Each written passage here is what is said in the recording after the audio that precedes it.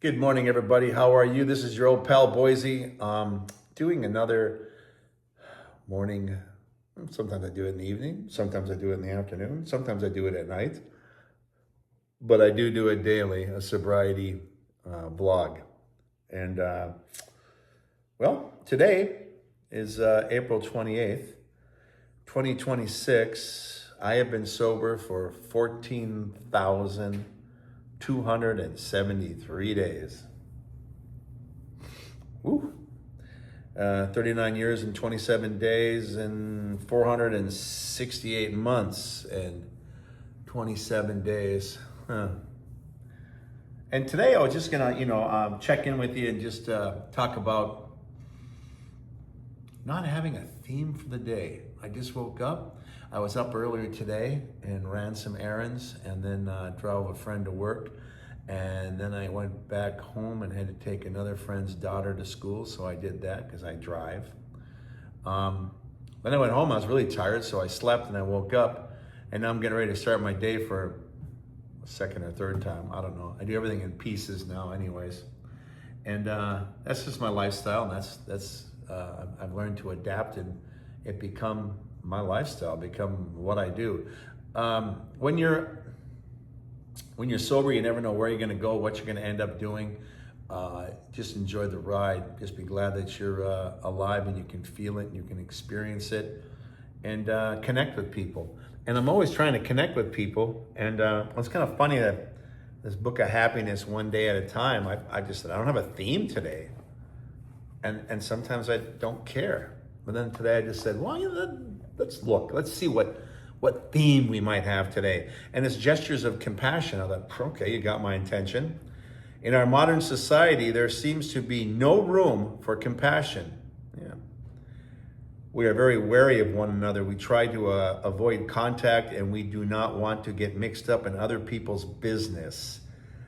But if I open my eyes and I see a great many people are suffering and working hard to improve their lives, I can be an instrument of love and compassion. Gestures of compassion can be simple and they can have an astonishing effect and power to heal and last. I've made the mention briefly before, and I didn't realize that that was a passage in this book even, but I've said that like when you're walking down the street and you see someone coming, their head's down and they're in their own little world. Maybe they have their iPhones, buds on, or whatever those things are called. And they're in their own little world. Maybe they're depressed, maybe they're sad, maybe they're just content being alone in public. But then they suddenly look up at you. And either the stare is blank or sad or just a look. And you smile at them. You just go, hey, how are you? And you see their eyes, you see their reaction, you see their eyes, you're like, oh wow, hey, yeah, thanks. Like the old Bill Hicks joke, guy blowing his horn and yelling and swearing at people, and well, it's a drug joke. Comes by and someone gives him a gummy, gives him a hit, and he's like, oh wow, I feel better already, thanks. It's taking the world too seriously. Not that I'm endorsing drugs, obviously, because I've been sober for 39 years. I find it humorous because sometimes some of us addicts would take the world a little too serious. And that's the reason why I do what I do. It's a justification. So, I just think it's kind of amusing. Little coffee, cheers. Look at the theme. I got Abbey Road. Oh man, you're seeing double now, huh? By the way, that's considered the greatest album cover of all time. I was 9 years old when I got that record. And even as a kid, I said, it doesn't even say the name of the band. It says it on this poster here, this print, but it didn't say it on the cover. On the back, it said it, but not on the cover. And they were so famous that they didn't even need to show a good picture of them, and didn't have to have their name on it, and everyone knew who they were. So you can make a name for yourself, maybe not that big, but you can make a name for yourself in whatever you do, whether you're a school teacher, a principal, mathematics, a firefighter, a cop, you know, musician, artist, poet, family man, a dad, a mom, a reborn kid because you suddenly are sober and you're celebrating your life again instead of destroying it. So, you know, it's and when you help people out that are in that situation, you're lending them a hand. It's a nice gesture. It's a nice thing to offer them. And during your day today, see if you can't make someone smile. Doesn't cost you anything, you know? Doesn't cost you a darn thing. Just go ahead and do it. It's a nicety, you know? Why be angry and why be mean and why be hard on people all the time? Because life is so serious. I don't want to sound like the Joker either. Why so serious? But, you know, you should enjoy where you're at, what you're doing in your life, the people who are with you, the people who affect you, the people who affect you negatively and positively. You have people in your life that are not so positive. They're family members and you still retain them. You might keep a little distance from them. You might not share a lot of stuff with them. You don't need to clean house and root everybody out, because those are markers that you can look at and say, yeah, I'm sober, but I'm not like her or him. They're the ones that really need help too. Well, just fix yourself first, but stay away from it, because just like, you know, you're walking down the street with sandals, you see dog poo, you don't want to step in it. And if you don't notice it and you step in it, you notice it right away as it squishes between your toes. And there's no place to wash it off because you're in the city. Ooh, dilemma. That's what sometimes life can be too. So, you know, you want to make sure you keep a good sense of self and pride in what you're doing. But then there are other people that need a little gesture, need a little help. Just like when you need a little attaboy or attagirl doing a good job, do it to someone else too. Share it. Share that information with people. We're too busy sharing gossip. We're too busy sharing negative thoughts. We're too busy sharing things that we shouldn't say about other people, but we do sometimes. And we avoid all the good stuff and the positive stuff. And you want to try to be more positive, because really, what's the point of even being sober if you're just going to be an a-hole? Nobody's going to want to be around you anyways. It's like, geez, I got sober and now nobody still wants to be around me. Well, it's more than just stopping the drugs. You do have to work on yourself. And that's what they call the hard work. Because some people think all you got to do is just quit and you're fine. You're not. And you can easily regress back into what you once were because you're not maintaining yourself. And maybe when you're in that deep depression or that self-loathing and you look up and you see someone go, hey, how are you? Wow, sorry. Christ, I was taking life a little too seriously. Thank you. Yeah, you just pulled me out of this funk. How cool is that? Thank you. And that's what this little video is about. It's just I was thinking about some of the things in the past, but I didn't have a theme. And I didn't have a gripe. I didn't have a bitch. I didn't have a prideful thing to say. It was just another day. It was another day. Nothing for me to get excited about. Nothing for me to be depressed about. It's just another day. And then I thought of looking at that Happiness One Day at a Time book, and I thought, wow, that's cool. That's today's date. We'll talk about it. You know, gestures of kindness and just, it's nice to do that to people. And sometimes we get a little deeper into people too. You know, they might need help with their rent that month. They might need help with their groceries. Well, that's the kind of thing I like to do with people too, friends of mine and people I know, acquaintances. And that's another thing we like to do with the temple and the outreach program is we want to help people that are struggling with sobriety in the beginning stages of their addiction and recognizing it and doing something about it, Then the rent comes up, and then you got groceries, and you got 2 kids, and oh my God, how the hell what am I gonna do? You're so close to giving up again. It's nice when someone just gives you a little hand. Not a handout, just a hand. Cheers. Do something a little nice for somebody. Now, I don't do it to people that are currently using, because I know they just, the reason why you don't have it is because you are doing drugs and now rent is due. That's the most amazing thing for an addict when we get so stupid with it. I worked in the restaurant business, so I get plenty of servers and bartenders. Man, I make money like I'm a rock star. I'm badass. I walk in, I come out, I print money. I make $300-400. This is great.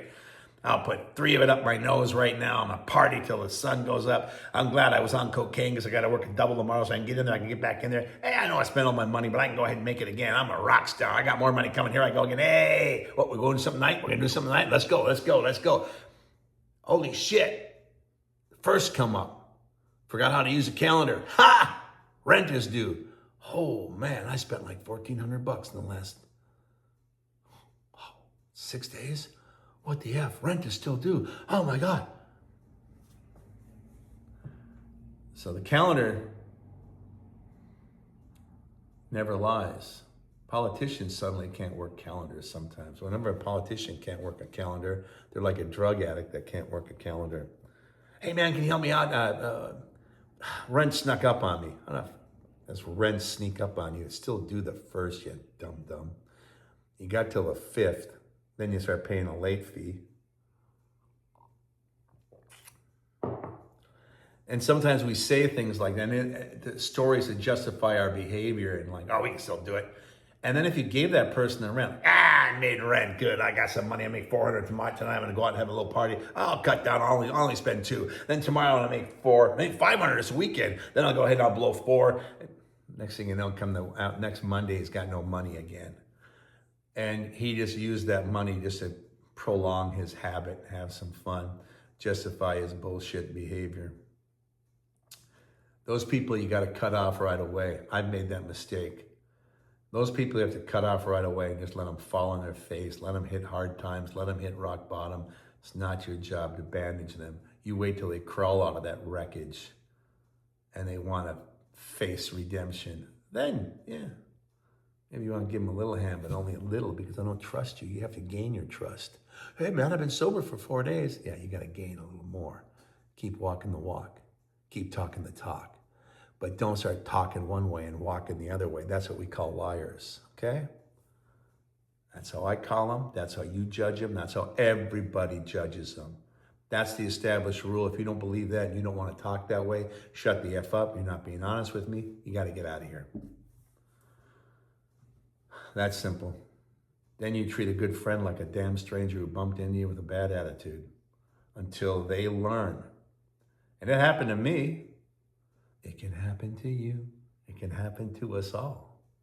And it should if you're addicted and you're bugging people for money and trying to scrape by just to scrape a little more to stick up your nose or shoot in your veins or just pour down your neck or all three.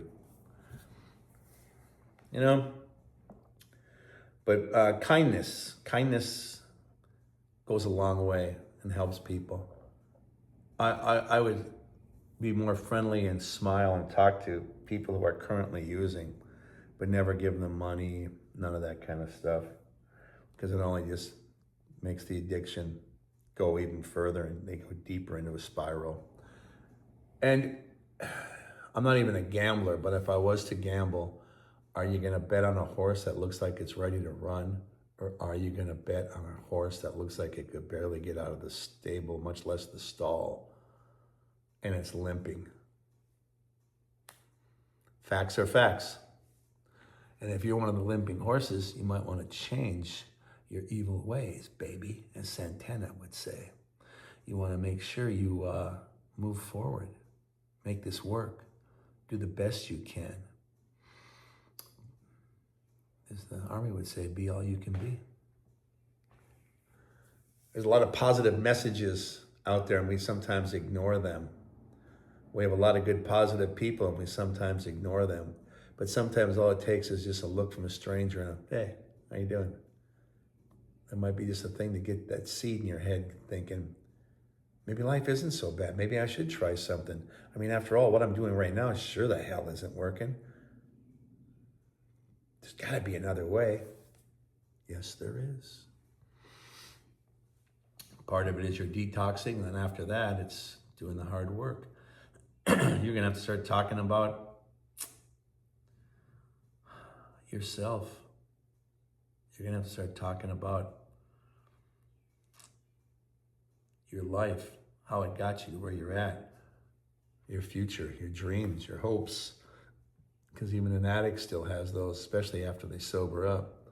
Then they realize they're so much further behind their dreams than they used to be. Sometimes gets a little daunting. Sometimes it makes you want to quit again. But that's where the hard work begins. You got to make up for all the lost time that you pissed away. Time takes time. So you burn up more of your time trying to make up time. Kind of a strange algorithm, isn't it? But you're not wasting time because as you're trying to make up time, spending time to make up time, your time here on earth is going to be better. Your time in your relationships are going to be better.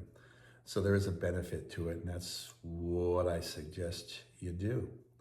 And with that, try to be nice. Try to change someone's life. Try to do what you can to make today a better day. And that'll be my theme too, because like I said, I was pretty themeless today. So thank you for coming along. Thank you for joining us. Thank you for supporting us, whether it's with Patreon. I do appreciate that. Thank you for Cash App, Venmo, Chime, Buy Me a Coffee, all those apps that all those apps you young people use to help us with the society. We appreciate it. The Temple of Sobriety is really a fantastic place to be part of. We do appreciate it. Thank you very much. And in the words of this guy right here, Ringo, crossing Abbey Road, peace and love, everybody. Peace and love. I appreciate the fact that you spend some time with me. Your time is valuable. And thank you from the bottom of my heart to the top of my head. I do appreciate it. And with that being said, I just want to say thank you. And I love you too. Have a great day. Bye.